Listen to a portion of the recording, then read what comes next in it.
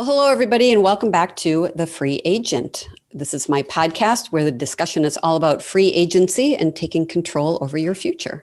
The mission of my show is to share inspiring conversations with real people who took the leap into self-employment, business ownership, sometimes franchising, and freedom.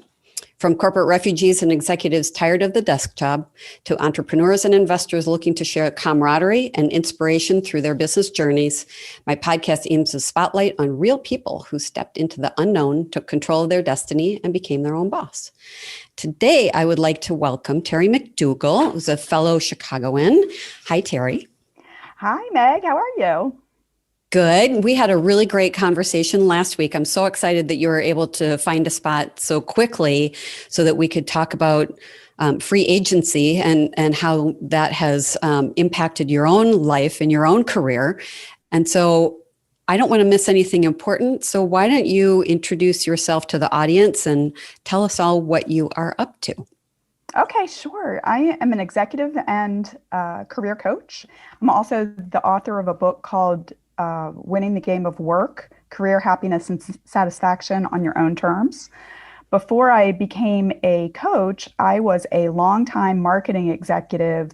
The last role that I had was leading marketing for several businesses at a large national bank. The people that I tend to serve are the people that I call successful but not satisfied. Yeah. Often they're paying a pretty high price for their success. You know, they're highly paid.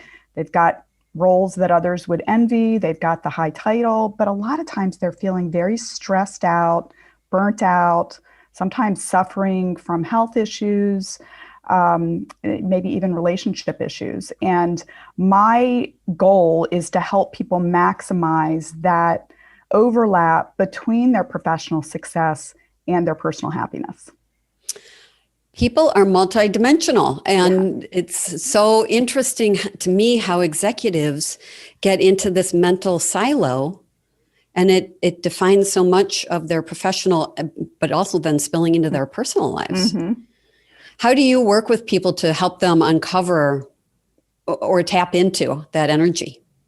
Well, usually when they're seeking coaching, they feel like something's not right, but they've tried things that haven't worked for them. A lot of times what I find with a lot of high achievers is that they'll double down on what has worked for them in the past. And it's, we all know that, the definition of insanity is doing the same thing over and over again and getting the same result. And so a lot of times they're just they've got blinders on to like other things that they could try. So, usually they've got a reason for seeking coaching. And my belief is that somewhere deep inside, they know the answer to the question that they're asking. And my role is just really to help them explore that, to uncover what's really going on and what some limiting beliefs may be that are keeping them stuck. And, just as an example, one of the ones I see a lot with high achieving people is that they can't slow down. If they slow down, they're going to fail. And that's not true. Most people that I work with have had decades of success, and they've got a lot of equity, with the people around them.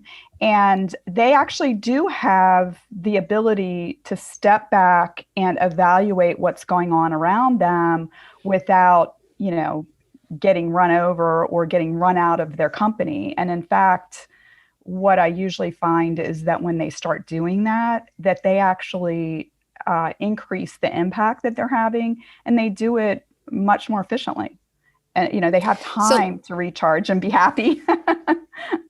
You've probably seen a lot of that in this particular year because we're all working from home and there was the COVID coma, as I call it, those first couple of months where no one knew when they were going to be back in the office or when things would open back up again.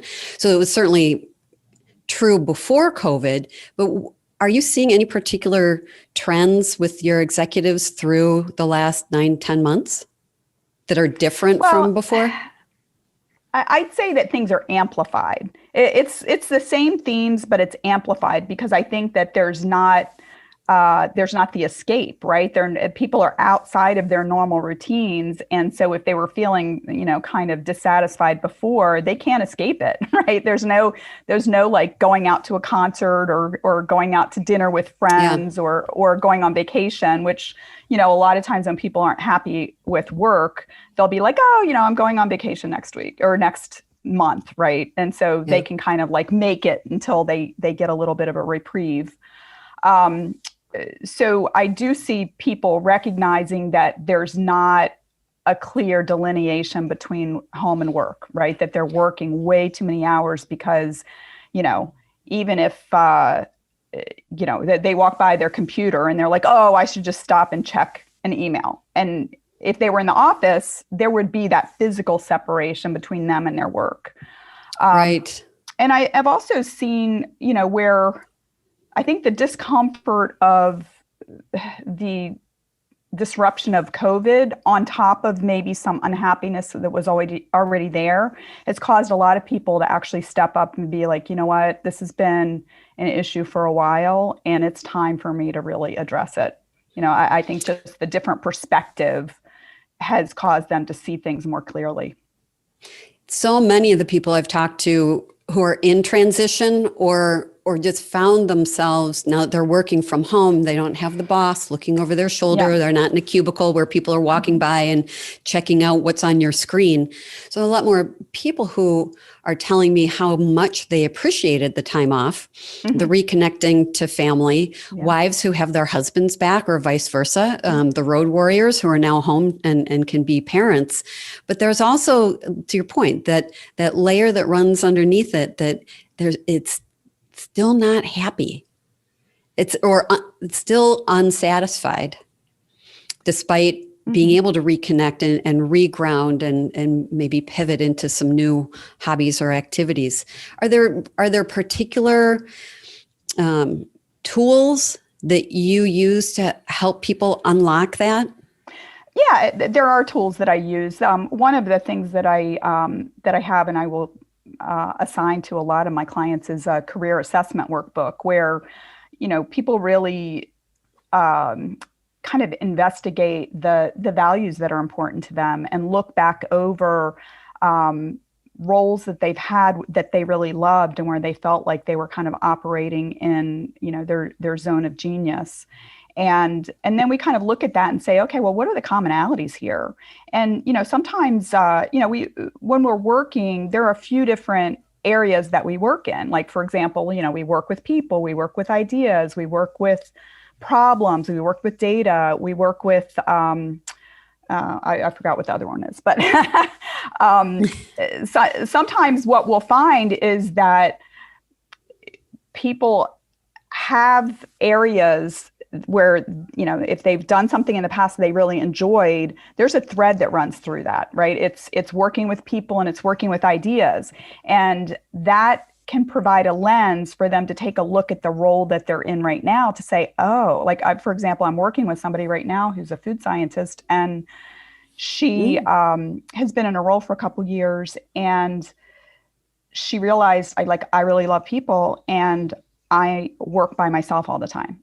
And so that becomes really clear why she's not happy with her job, because, something that's an important value and that she gets energy from is just not part of her role. Yeah. Yeah. I talk to people about this all the time, particularly if they find themselves in transition and can redefine their corporate role or tap into unused skill sets that would lead them towards business ownership. Some of the people I'm working with end up buying a franchise, either a full-time endeavor or part-time, and just leading them through the visioning process week over week of, letting that old corporate persona go. Yeah. You can still go back to a different corporate role or stay with the same company, but redefine yourself and navigate into those skill sets that haven't been used for a long time. But let's talk about you. How long ago did you leave your corporate role and become a free agent yourself? I left my corporate role in 2017. And I had been with the company that I was with for 12 years. And it was a foreign-owned company. And I came in kind of close to the top of the functional area that I was in. So there really wasn't a lot of room for growth within the company in the United States. And over the 12 years, I did move around between roles, but they were pretty much lateral roles, and it kept me interested. I was learning new things. I was learning new businesses. I had new challenges. But it got to a point where I pretty much had done everything that was interesting to me. And also the company was kind of, it was maturing in a way that was good for them, wasn't super interesting for me. I actually I say that I'm like one of these people that likes to explore new things and explore possibilities and potential opportunities. And I'm kind of like, give me the machete, send me into the jungle, I'll carve a path, I'll go find out what's out there, and then I'll come back and tell everybody, and we'll come up with ideas of how we can leverage the opportunities in the marketplace. And when I first started working there were a lot of opportunities like that. And as time went on, the company matured, and they had gotten to a place where it was a little bit more like, here's the handbook, flip to page 2, this is your job. And that's really kind of boring for me. But as you can imagine, like moving out and doing my own thing, like that just kind of fits with my personality. To have that freedom to imagine what the opportunities are and to create it the way that I want to create it. Were there family dynamics that you had to take into account? Was there family support? Were there any concerns that you had to deal with? Well, I'm married and I have 3 kids, and I was the primary breadwinner for the family. My husband, when we moved here to the Chicagoland area in 2005, my husband did work in banking, but our kids were young. And so he agreed to be the stay-at-home parent. And during that 15 years, he did start his own photography business, but it really was just, it wasn't a huge moneymaker, right? It was more of like sort of a hobby business in a way. And so it wasn't like we could rely on that for our income. He was supportive initially. And then I think after a while, he kind of thought like, all right, like you left that, you weren't super happy, you're kind of figuring out what's next. And, I think he really wanted me to get another job, but I just couldn't make myself do it. What an interesting role reversal. So here he's the stay-at-home dad, and he has a side business, but total case in point too, a banker who then tapped into something that was a passion that probably gave him an outlet from being a parent. And then you pursuing the opportunities to redefine yourself on your own terms. Yeah. How long did it take you to feel like you were comfortable pricing, valuing the coaching that you were doing, and have you made modifications over the last few years?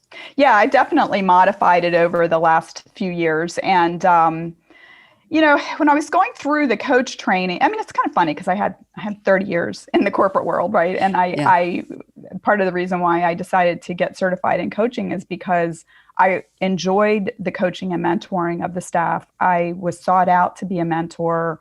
People on my staff followed me when I moved between roles, so it wasn't, I got a lot of feedback that I was good at it. But I don't know, I guess I'm a little bit humble too, and I have high expectations. And so there was definitely some fear that are people really going to pay me for this? Because I like it, but is the value there? And, it's funny because my first client was a referral from somebody that was in my network. And I had a price in mind of what I wanted to charge him. And we actually met for coffee and did sort of like a prospecting meeting, just to make sure there was good chemistry there and that I understood his issues and felt like I could help him and he felt like he could trust me. And we got to the end of the meeting and I expected him to ask about pricing. And he was like, okay, I want to hire you. and I was like, oh, shoo, I didn't even have to. And then, of course, I was like, well, I guess, I put it in the contract. And if he doesn't like it, he'll let me know. But I'm very, very thankful that he was my first client because I was sort of going for it a little bit. Some of the advice that I'd been given in my coach training was okay, kind of follow your gut of what you think you're worth and then bump it up by 20%. because we all sort of like undervalue ourselves and sometimes don't think about the fact that, there's a lot of expenses that go along with running a business. It's not just like, that's my wage. I have a lot of expenses in terms of, the tools that I use. Yeah. So as you were building your escape, did you have a business plan? Are you the kind of person on the back of a napkin, you had a business plan in place, fleshing it out for any period of time before you actually took the leap? No. Initially, I was doing marketing consulting. I just knew that I didn't want to keep doing what I was doing. And we were in a position where I could do that. We had money saved and I thought, for a certain period of time, I could sort of like leap out of the corporate airplane and not pull the ripcord of the parachute. And I thought, I like doing marketing. I'm experienced at this. And I did work with some clients in the beginning. But one of the things I realized was that some of the things that I'd kind of gotten tired of as a marketing leader, they don't go away. Like when you're working with your own clients, and in fact, sometimes they're even more pronounced, right? Because you don't have the leverage of being a leader within the organization. You're just there as a vendor, right? And sometimes I was working with smaller companies and, I had to do a lot of education about marketing as well. It wasn't like I was just coming in and doing the project. But I mean, that was good. And it gave me a stream of income when I first left. But I thought, actually, I would tell you that at first I thought I've got some time.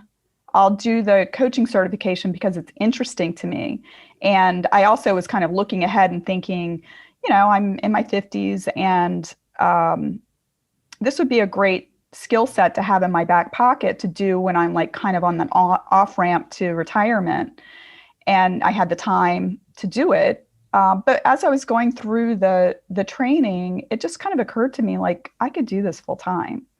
And my marketing background actually is a great help to building the business, right? So I'd say I finished my training in January of 2018, and I made a decision that I was just going to pursue this full time and not, I closed down the marketing consulting business and just focused 100% on my coaching business. Interesting. Have there been any moments that were the oh shit moments or the aha moments where like, this is mine. It's mine. It's all mine. And the decisions are mine. So as a small business owner, those moments were. I always, even whenever I was working in corporate, I'm a big idea person, and I'm somebody that is always looking for opportunities. And so I always sort of felt a sense of ownership within the corporation, even though I might have to jump a few hurdles by, informing my boss or other stakeholders about the things that I wanted to do. But I always had like a pretty strong belief in my perspective of things. And so I think that was very helpful when it came to running my business. I never was like, looking to other people like, hey, what should I do?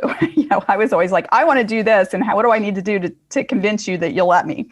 So good for you. It felt really freeing just to be able to, like in the first, year or so after I left, I was blogging pretty regularly. And I think it was my way of sort of processing a lot of the stuff, honestly, some of the reasons why I wanted to leave. And I would wake up in the morning and sort of like have all of these ideas. And sometimes I'd just grab my phone and write a blog on my phone, like before the ideas left. And it felt very good just to be able to like, I like this and I'm posting it on my website and I'm going to send out a newsletter with this information. Like it felt good not to have to check with anybody. Good for you. That's a lot of self-confidence. I there are books like the EMyth. I don't know if you know that book, the I've read EMyth that. Revisited. Yeah. So E stands for entrepreneur, and all these people, there are a lot of entrepreneurs who are filled with doubt. And I think that fear then also keeps them from achieving all that they can. You sound like a natural entrepreneur. Are there other things that you would like to diversify into, or you really, I know you love your lane right now, but you're very creative. So are there other things that you would like to be able to do? Yeah, actually, I'm launching a podcast, and I've probably been on, I don't know, 15 to 20 podcasts since I launched, or since I wrote my book, and I've just really enjoyed it. And I think that what I'm realizing is that I just have to keep digging to say, okay, what is it that you like to do? What do you like to do, and what are you good at? And I think that when you're in the corporate world, sometimes you don't ask those questions. Yeah. And because you're like, what do they want me to do? Like that's, that's what you're asking, is like, what's my boss expect of me? Not like, what's that little wellspring of inspiration that's within me that I need to pay attention to? And even when I think like, oh, I like coaching, I love connecting with people, and I have lots of ideas, and I love the synergies of working with other people. And right now, I mean, I've jumped into like full-fledged marketing mode in terms of like, I've got a designer working on my podcast artwork. My son is a musician, and he helped me with the recording of the intro and outro music for it. I've already sat down and started thinking about people I want to invite as guests, and I would love to have you as a guest. Thank you. It's so much fun I personally think that this pandemic has been phenomenal, and it's great for people who are extroverts who want to, like I found you on LinkedIn. I put in a couple of key search words, and there you were. And to my delight, you're receptive. Some people are not, but I know. I know there have been so many amazing conversations that I've had with people all over the country, really internationally too. Boy, some of the women I've met up in Canada, Toronto, just blown away with, oh, well, can we Zoom? Can we Zoom? And I remember in the beginning, people being really afraid of Zoom because, you got the background, you got the lighting and trying to look professional. And now people are gravitating to it because it's a connecting point. And we get to, even though we live in the same city, we wouldn't have probably met if it hadn't been for this pandemic happening and being able to leverage social media to engage with other people. So besides using Zoom, are there practices or techniques that are new to Terry and your coaching, that best practices that you've put into place during this year? Well, no, as a matter of fact, I mean, I feel like I was very well prepared for the pandemic. About 2/3 of the training that I did in 2017 into 2018 with my coach training was virtual on Zoom. So I hadn't actually used Zoom before I went through my coach training. And, there were, I don't know, probably at least 100 hours of Zoom training that I went through over the course of 6 months. And so I got very familiar with it. And,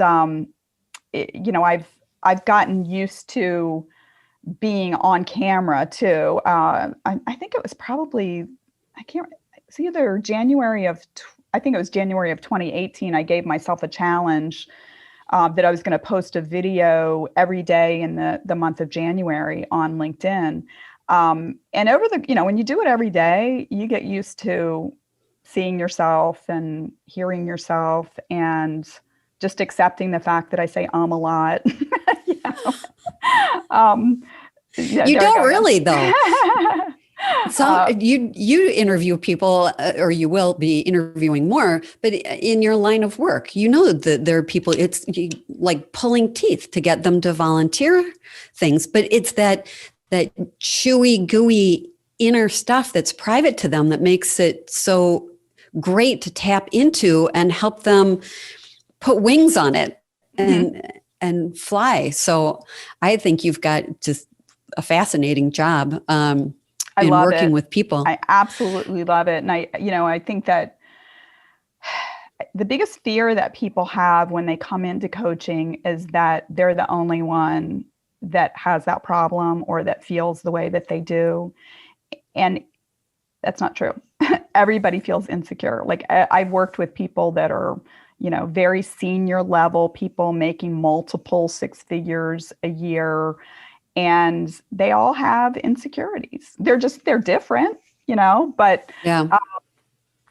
and it's not really that we're going to, coaching is really about shifting the mindset, right? It's about loving yourself and accepting yourself and, recognizing that sometimes, you're going to feel insecure. And what are you going to tell yourself in those moments, right? Are you going to like scurry into a cave and hide in a corner? Or are you going to be there present with yourself and say, you know what, naturally I feel insecure because I've never done this before, or, the company's not doing well and there's a lot of pressure on me to deliver. So naturally I feel a little insecure, but what am I going to do? Coaching is about helping people take action so that they get different results than what they've gotten in the past. Right. That definition of insanity. Were Yeah. there any, do you have any success stories? Like, can't believe that this situation popped up and what a great outcome.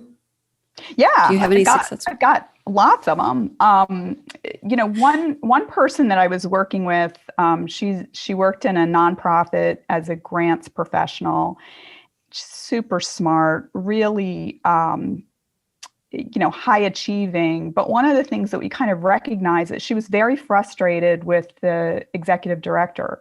She had a lot of ideas. He wasn't very receptive to them.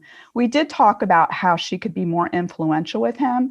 But one of the I think realizations that she came to was that she was probably always going to be frustrated because she was trying to drive from the back seat.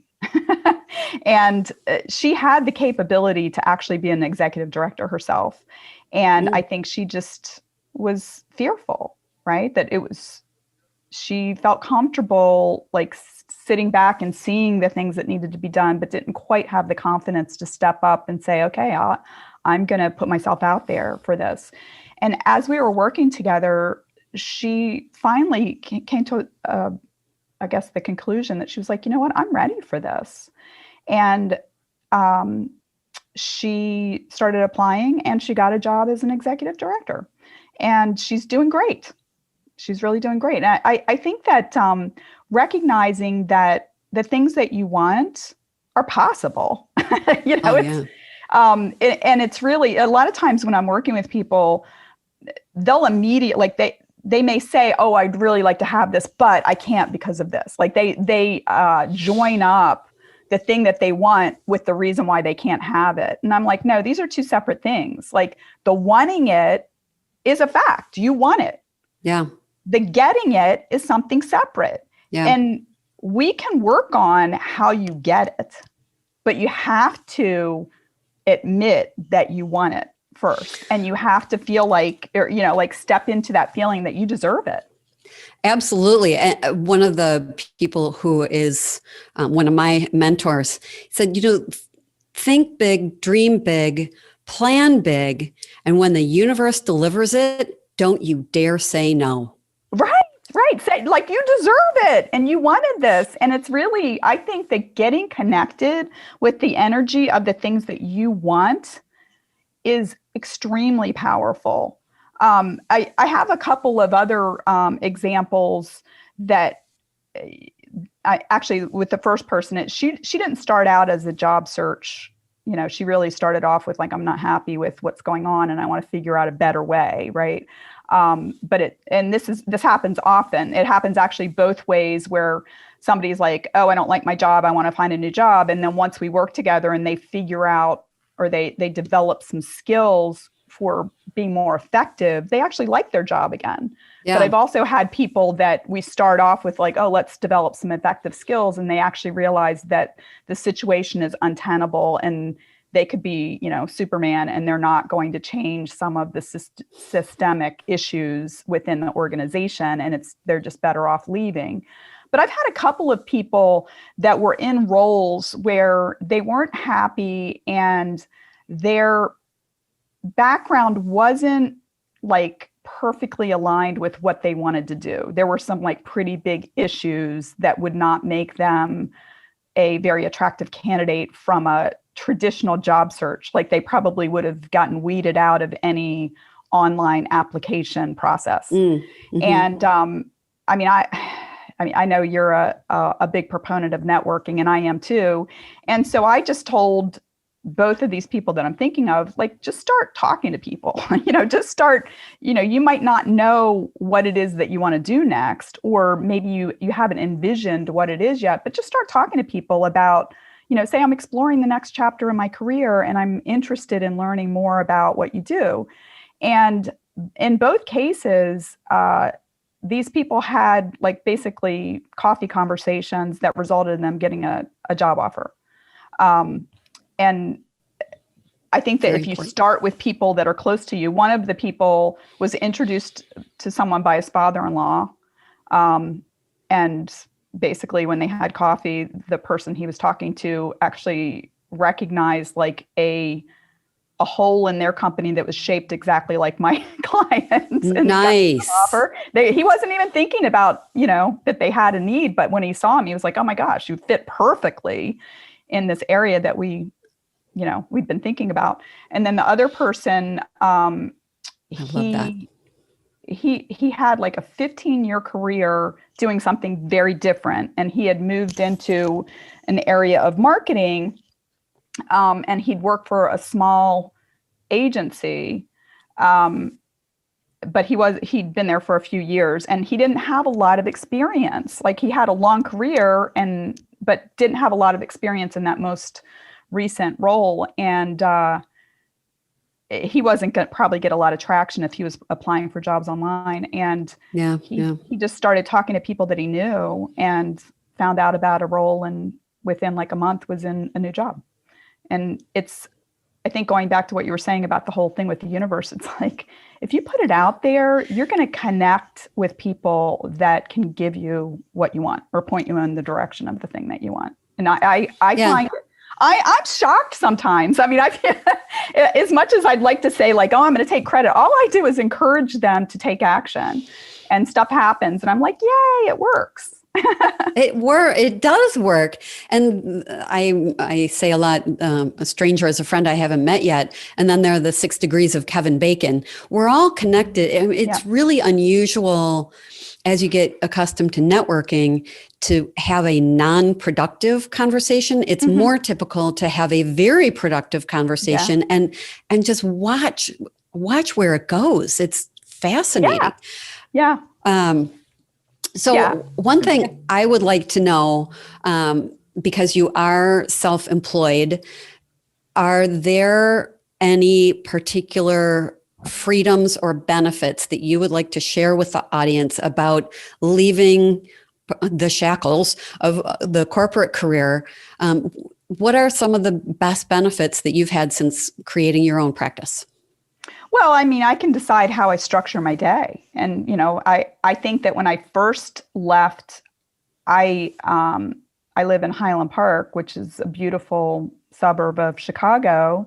And, I'd be driving around my town at like 2:00 in the afternoon in the spring. And I'd be like, I've never seen this, because I was always taking the train into the city.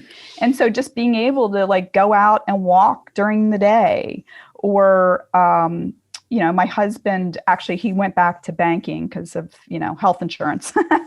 But he had to take some vacation back in September. And he was like, oh, I'm thinking maybe I'll, go visit my parents or whatever. And actually then they were like, no, you can't come visit us because of COVID. But, I was able to just sort of rearrange my schedule and go on a little trip with him over to Michigan. And I did work a little bit while I was there, but I can just decide. I mean, I literally decided like 2 days before we left that I was going to do this. And also being, I've got 3 kids, and they're all back home now. My youngest is 17, but the other 2 had been out of the house and now they're back home. And just being able to be around and, be more part of the family, but still be able to, pay the mortgage and provide. It's just, Yeah. I enjoy my life much more now than I did. And I feel like I can really be a lot more of who I am as a person. I don't have to worry about, what I wear or, And you can recreate your days. If you don't like what yesterday was, you can make tomorrow different Yeah. or better. You can't Yeah. do that in a job. It's all on you. It's all on me. And my boss is a slave driver. I am very much a type A driver. Yeah.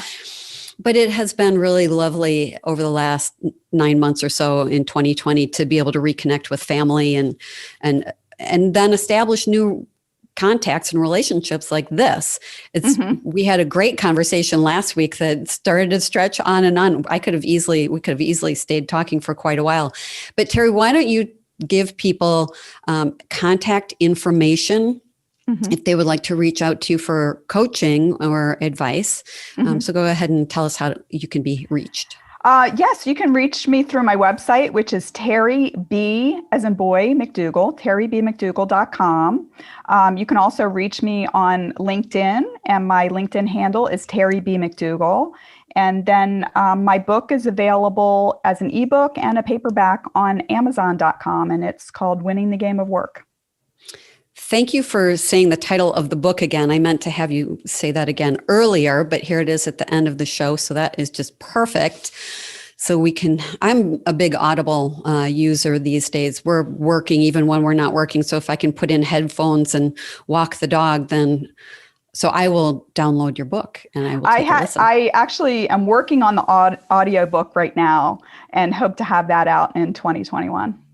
That's right. You did say ebook. Okay. Yeah. Well, I'm really glad that you were able to quickly hop on my calendar to do this. This is phenomenal turnaround.